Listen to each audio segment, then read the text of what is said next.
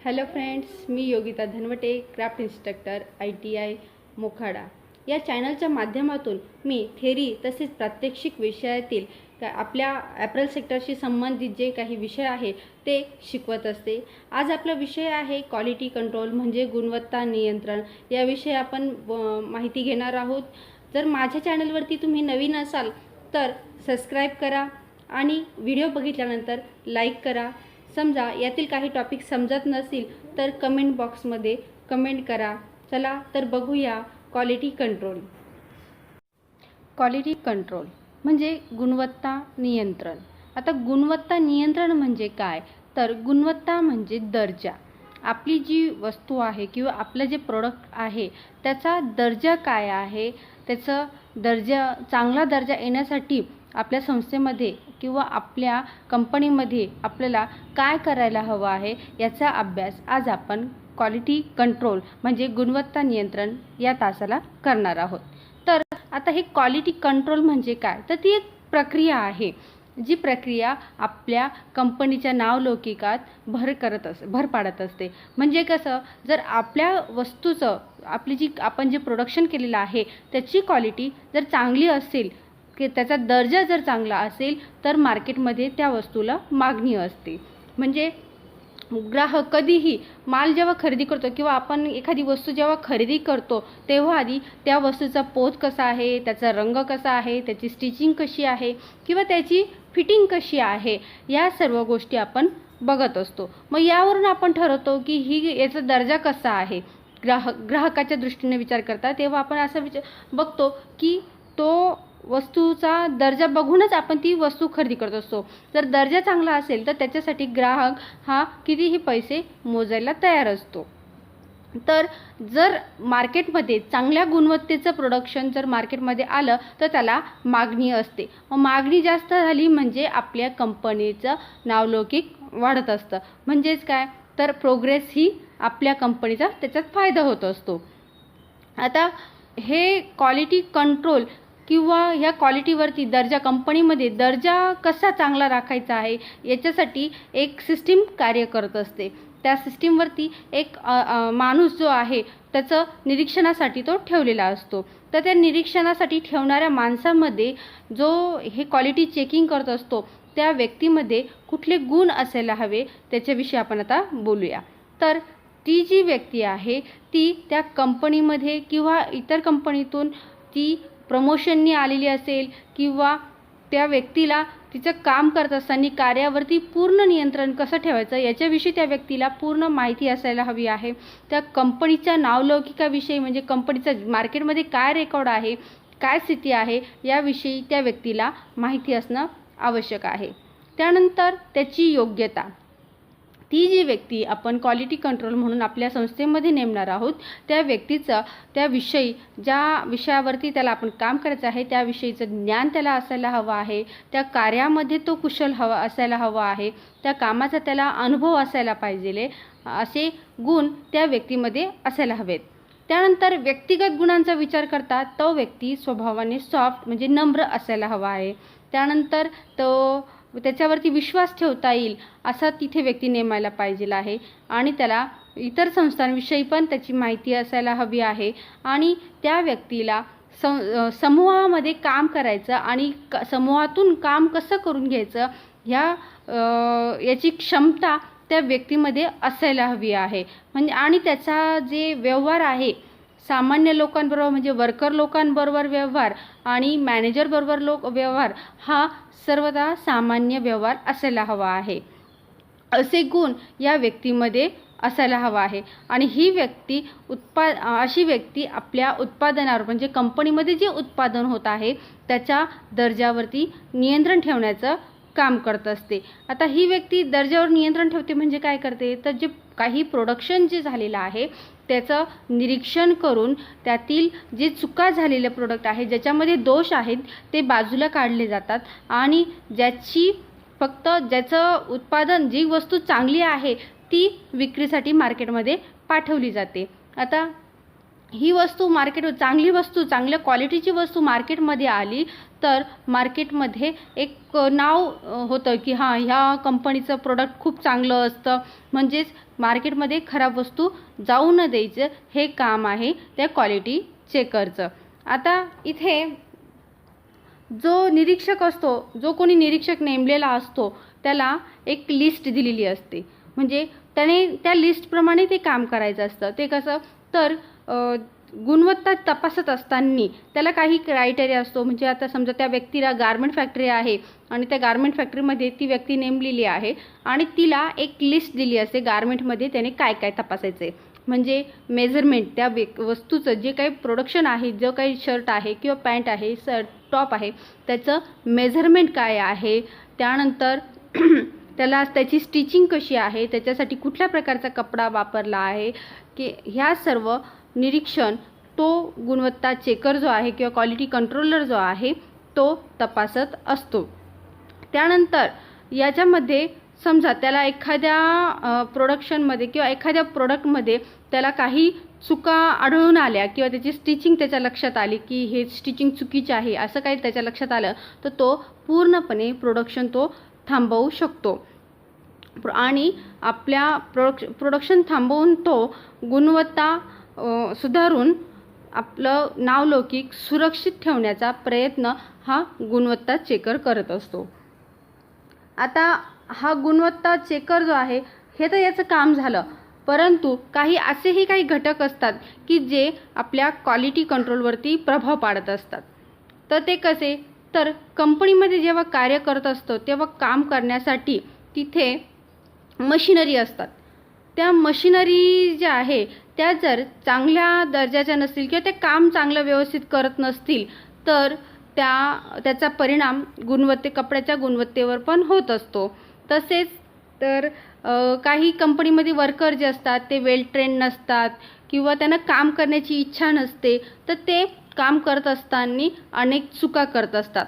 म्हणजे इथे वर्करसुद्धा काही वेळेस गुणवत्ता नियंत्रणावर प्रभाव पाडत असतात.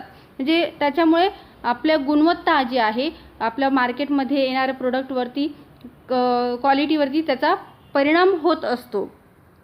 त्यानंतर काम करत असताना जर मॅनेजमेंट टीम जी आहे, मॅनेजमेंट टीम आणि त्यांच्याकडून जर मॅनेजमेंट टीमकडून जर प्रेरणा चांगली जर मिळत नसेल, वर्करला कार्य करताना योग्य दिशा मिळत नसेल की कसं काम करायचं याची योग्य मार्गदर्शन मिळत नसेल तर आपल्या क्वालिटीवरती प्रभाव पडत असतो. आणि याचबरोबर अजूनही काही असे गोष्टी आहेत की ज्यांचा प्रभाव क्वालिटीवरती पडत असतो. जसं आता कंपनीमधलं वातावरण कसं आहे, जसं तिथे वातावरण काम करत असताना जर कोंदट जागा असेल तर वर्करला तिथे काम करण्यास असुरक्षित वाटेल. तिथे मोकळी हवा नसेल, गरम होत असेल किंवा तिथे मुबलक असा प्रकाश नसेल तर काम करताना त्या वर्करला तिथे अनफील होईल. तिथे काम करताना त्याला व्यवस्थितपणा वाटणार नाही आहे. आणि जर समजा मटेरियल जे आहे आपल्याला प्रोडक्शनसाठी जे मटेरियल आहे ते योग्य वेळी किंवा चांगल्या प्रकारचं खरेदी केलं गेलं नाही, त्याचाही परिणाम क्वालिटीवरती होऊ शकतो. त्याचबरोबर आणखीन काही 6 काही कारणं आहेत त्याच्याविषयी आपण चर्चा करूया, त्या गुणवत्तेवरती प्रभाव पाडत असतात. परंतु आणखीन एक महत्त्वाचं कारण याच्यात एक सांगता येईल की प्रशासनिक वर्ग जो असतो, जो कंपनीमध्ये मॅनेजर टीम असते किंवा जे वरिष्ठ अधिकारी असतात त्यांचा पण प्रभाव ह्या क्वालिटीवरती उत्पादनाच्या दर्जेवरती पडत असतो. समजा जी प्रशासकीय जी टीम आहे, जो कोणी बॉस आहे, तो जर त्याचा स्वभाव जर असा लूज असेल किंवा तो कन्फर्म नसेल आपलं काम कसं करायला असं आहे किंवा डिसिजन घेण्यामध्ये परफेक्ट नसेल तर त्याला काम करताना बऱ्याच चुका येतात आणि तो वर्करकडून काम करून घेताना त्यामुळेही प्रोडक्शनवरती त्याचा परिणाम होत असतो. किंवा आणि अजून जो महत्त्वाचा मुद्दा अजून एक आहे की तिथलं वातावरण कसं असायला हवं आहे. समजा प्रशासनिक वर्ग जो आहे तो वर्कर लोकांवरती कायम दबाव आणत असेल, त्यांच्याशी व्यवहार चांगला करत नसेल, हे सुद्धा काही कारणं आहेत की ज्यामुळे गुणवत्तेवरती प्रभाव पडत असतो. आता काही असे गुणवत्ता प्रबंधन प्रणाली जी आहे म्हणजे क्वालिटी मॅनेजमेंट सिस्टीम जी आहे याच्यावरती काही घटक जे आहेत ते प्रभाव पाडत असतात. काही 6 घटक आहे मगाशी मी सांगितलं. त्याच्याविषयी आता आपण चर्चा करूया. फॅक्टर्स अफेक्टिंग QMS म्हणजे क्वालिटी मॅनेजमेंट सिस्टीमवरती ही जी सिस्टीम आहे क्वालिटी मॅनेजमेंट म्हणजे गुणवत्ता म्हणजे कंपनीमध्ये चांगली दर्जा ठेवण्यासाठी जी सिस्टीम ठेवलेली आहे त्यात पुढील काही घटक आहे जे प्रभाव पाडत असतात. आता त्याच्यामध्ये पहिला जे आहे श्रमशक्ती म्हणजे मॅन पॉवर. कंपनीमध्ये वर्कर लोक काम करत असतात. ते काम करत असताना त्यांच्याशी जर व्यवस्थित संवाद साधला नाही, त्यांना योग्य मार्गदर्शन केलं नाही तर काम करताना बऱ्याचशा चुका होत असतात किंवा त्या वर्करला त्याच्या सोयीनुसार त्याला व्यवस्थित पगार मिळत नसेल किंवा तो त्याला ट्रेनिंग दिलेली नसेल काम करताना कामाविषयीची त्याला माहिती नसेल तर कामामध्ये बऱ्याचशा चुका होऊ शकतात. त्याच्यासाठी आपल्याला जो कामगार वर्ग जो आहे आपल्या कंपनीमध्ये जो कामगार वर्ग नेमायचा आहे त्याला योग्य ती ट्रेनिंग देऊन काम करण्यास नेमायचं आहे. त्यानंतर दुसरा मुद्दा आहे कच्चा माल म्हणजे रॉ मटेरियल. आता प्रोडक्शन जर चांगलं पाहिजे असेल तर आपल्याला त्याच्यासाठी वापरलं जाणारं रॉ मटेरियल म्हणजे कच्चा माल जो आहे तो चांगल्या दर्जाचाच वापरला पाहिजे आहे.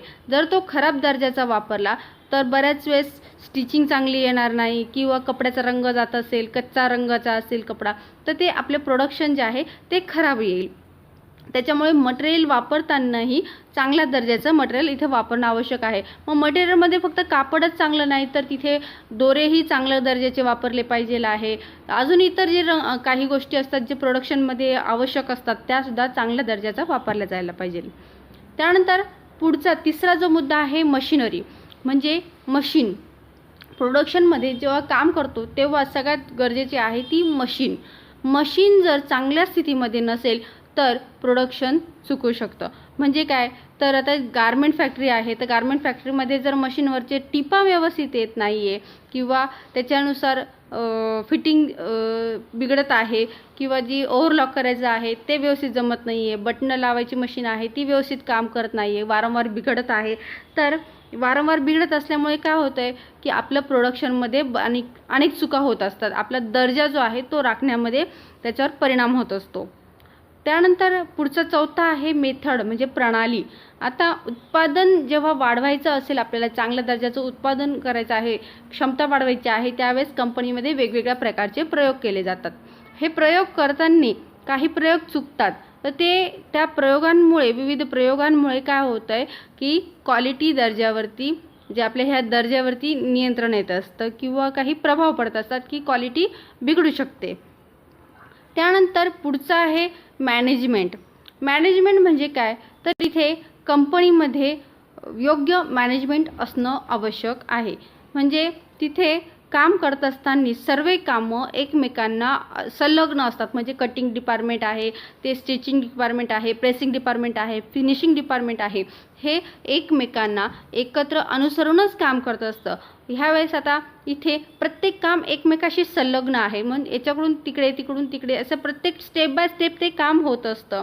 ते स्टेप बाय स्टेप काम होत असताना तिथे योग्य मॅनेजमेंट असणं आवश्यक आहे. म्हणजे काम करत असताना तिथे एकता ही खूप महत्त्वाची आहे. ती एकता जर नसेल तर त्याचा आपल्या दर्जेवरती परिणाम होत असतो.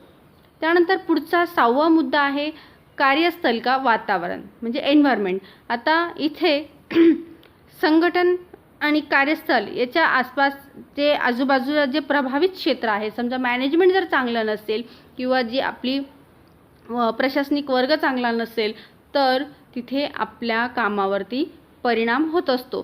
त्याचा परिणाम मग गुणवत्तेवरती होतो आणि गुणवत्ता ही बिघडत असते. आता हे झाले गुणवत्ता प्रबंधन प्रणालीवरती प्रभावित पडणारे घटक जे आहे म्हणजे जे मॅनेजमेंट सिस्टीमवरती प्रभाव पाडतात. यामुळे काम करण्यामध्ये बऱ्याचशा अडचणी येत असतात.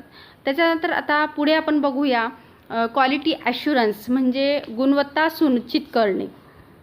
गुणवत्ता सुनिश्चित करणे म्हणजे काय तर कंपनीमध्ये प्रत्येक विभागामध्ये किंवा प्रत्येक वर्कशॉपमध्ये जे कार्यकर्ता असतात, जे मुख्य व्यक्ती असते त्यांना एक उत्पादनाचं एक लक्ष दिलेलं असतं आणि ते लक्ष पूर्ण करण्यासाठी ते प्रयत्न करत असतात.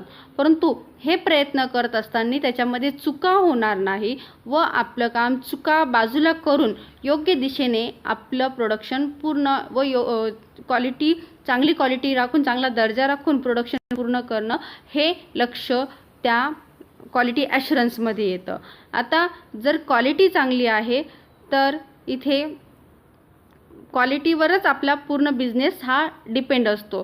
तर याच्यासाठी ॲडमिनिस्ट्रेशनचं म्हणजे आपल्या मालकांचं किंवा जी व्यवस्थापन प्रणाली आहे यांचं पूर्ण लक्ष उत्पादन चांगलं व्हावं, चांगल्या दर्जाचं व्हावं याकडे पूर्ण लक्ष असायला हवं आहे. आता हे क्वालिटी ॲश्युरन्स जे आहे याचे मुख्य 2 उद्देश असतात. एक आहे फिट फॉर पर्पज, म्हणजे जे काही कार्य करायचं आहे त्याच्यासाठी फिट असणं आवश्यक आहे. आणि दुसरं आहे राईट फर्स्ट टाईम, म्हणजे जे काही प्रोडक्शन आहे ते पहिल्यांदाच परफेक्ट व चांगलं असलं पाहिजे आहे. आता इथे फिट फॉर पर्पज म्हणजे कार्यासाठी चांगलं राहणं म्हणजे काय, तर आपण जे काही कार्य करणार आहोत ते करत असताना आपल्याकडे त्या कार्यासाठी लागणारं जे रॉ मटेरियल आहे, जी मशिनरी आहे ती कार्य करण्यासाठी उत्तम स्थितीमध्ये असायला हवी आहे. त्याच्यामध्ये वर्करसुद्धा येतील की ते कार्य करण्यासाठी परफेक्ट असायला हवे आहेत. त्यानंतर दुसरं जे आहे राईट फर्स्ट टाईम, म्हणजे याच्यामध्ये चुका न होता पहिल्यांदाच मार्केटमध्ये आपली वस्तू चांगल्या क्वालिटीची चांगल्या दर्जाची आणणे म्हणजेच राईट फर्स्ट टाईम. आता या सगळ्या गोष्टी करण्यासाठी रॉ मटेरियल जे आहे ते उच्च दर्जाचं असणं म्हणजे चांगल्या दर्जाचं असणं आवश्यक आहे. त्याच्यानंतर प्रोडक्शनमध्ये काम करताना जे इन्स्पेक्शन केलं जातं, जे कंपनी मध्ये काम करत असताना हे जे सगळे भाग आहे, ही जी सर्व्हिस जी आहे त्याच्यासाठी इन्स्पेक्शन प्रोसेस असणं गरजेचं आहे. म्हणजे काम व्यवस्थित झालं की नाही, म्हणजे जर आता तुम्हाला क्वालिटी ॲश्युरन्स तर आपण देतोय, पण क्वालिटी ॲश्युरन्स देताना आपल्याला तिथे जेव्हा इन्स्पेक्टर जो आहे तो व्यवस्थित निरीक्षण करून तो मार्केटमध्ये ते वस्तूचा दर्जा चांगला आहे की नाही हे तपासतो, तेव्हाच आपण क्वालिटी ॲश्युरन्स देऊ शकतो. म्हणजे काय, तर इथे क्वालिटी ही चांगल्या दर्जाची मार्केटमध्ये येणार आहे. नंतर पुढे क्वालिटी जर आपण बघत असो तर त्याची किंमतचाही विचार करायला हवा आहे. जर क्वालिटी चांगली असेल तर त्याची बऱ्याच किंमत जास्त ठेवून चालणार नाही. जशी क्वालिटी आहे तशीच क्वालिटीला अनुसरून त्या वस्तूची किंमत असणं गरजेचं आहे. तर आता हे झाले आपण क्वालिटी ॲश्युरन्स हा भाग बघितला. पुढे आपल्याला बघायचं आहे स्टॅटिस्टिकल क्वालिटी कंट्रोल म्हणजे काय, तर सांख्यिकी गुणवत्ता नियंत्रण. सांख्यिकी गुणवत्ता नियंत्रण याच्यामध्ये इथे जो काही गुणवत्ता तपासणारा व्यक्ती आहे तो त्याचं काम कसं करतो, कामावरती नियंत्रण कसं आणत असतो याचा अभ्यास आपल्याला इथे करायचा आहे. तर जो कोणी अधिकारी आहे जो यावरती काम करतो आहे, सांख्यिकी नियंत्रण म्हणजे जी मोठ्या प्रमाणावर प्रोडक्शन होत असेल तर तो काही विशिष्ट प्रक्रिया करून याची तपासणी करत असतो. यामध्ये कंपनीमध्ये काम करत असताना येणाऱ्या ज्या बाधा आहेत, ज्या काही अडचणी आहे त्या तो तपासून त्याच्या मुळापर्यंत जाऊन म्हणजे कुठून दोष होत आहे, प्रोडक्शनमध्ये काय प्रॉब्लेम येत आहे, त्याचा सोर्स कुठून आहे, त्या ज्या चुका का होत आहे याचा शोध या SQC म्हणजे स्टॅटिस्टिकल क्वालिटी कंट्रोलच्या मार्फत म्हणजे हा जो क्वालिटी कंट्रोलर आहे तो शोधून काढत असतो.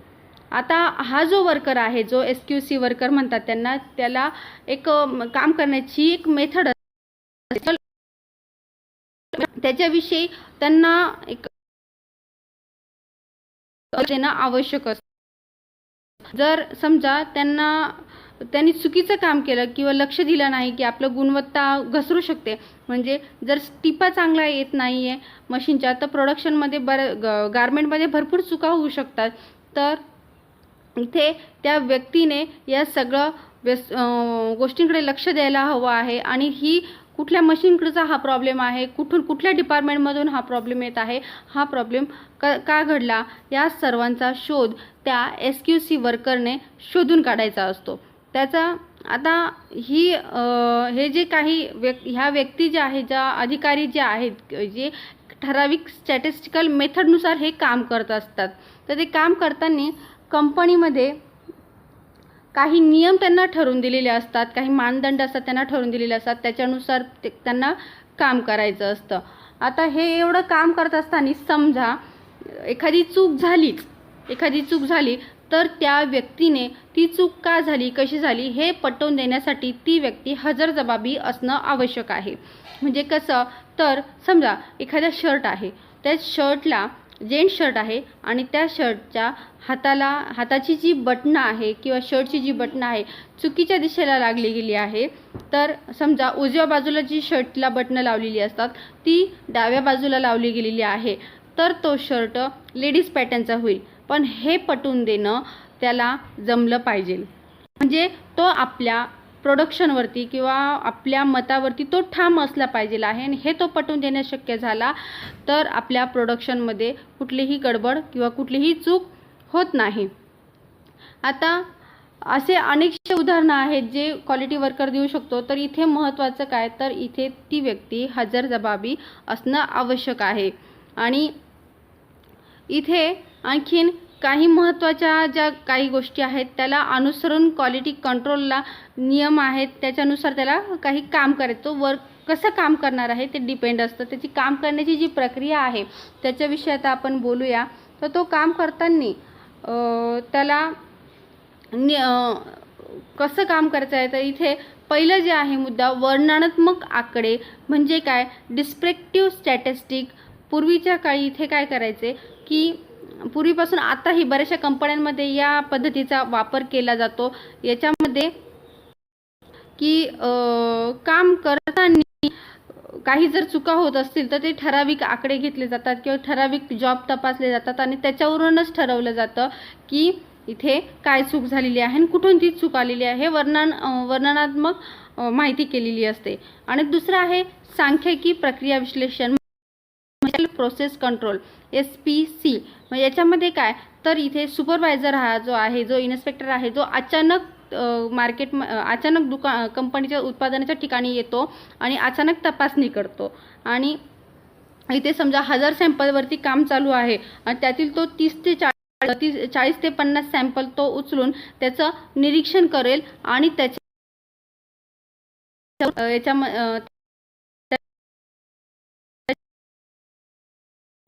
कुठून याचा शोध ती व्यक्ती करण्याचा प्रयत्न करत असते. त्यानंतर एक्सेप्टन्स सॅम्पलिंग, याच्यामध्ये या निरीक्षण करत असताना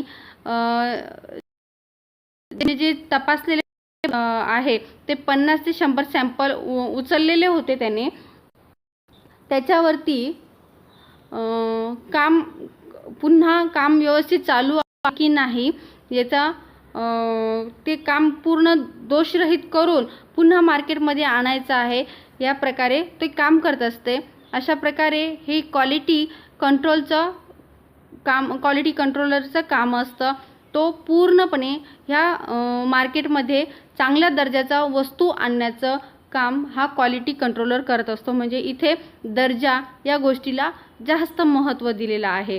तर जर दर्जा चांगला असेल तर आपल्या गारमेंटची किंवा आपल्या प्रोडक्शनची ही क्वालिटी चांगली असेल तर मार्केटमध्ये नावलौकिक हा आपला चांगला असतो. त्याच्यामुळे आपली प्रगती होण्यास फार फायदा होत असतो. अशा प्रकारे आज आपण क्वालिटी म्हणजे काय, क्वालिटी कंट्रोल कसं केलं जातं किंवा क्वालिटी कंट्रोलवरती काय आहे, कोणते घटक आहेत जे प्रभाव पाडत असतात, तसेच सांख्यिकी गुणवत्ता नियंत्रणचं त्याचा रोल जो क्वालिटी कंट्रोलर आहे याचा रोल काय आहे कंपनीमध्ये, या गोष्टींचा आज अभ्यास केला. पुढील तासाला आपण क्वालिटी कंट्रोलमधील अजून काही गोष्टी आहेत जसं निरीक्षण आहे, निरीक्षण कसं केलं जातं याविषयी अभ्यास करू. धन्यवाद.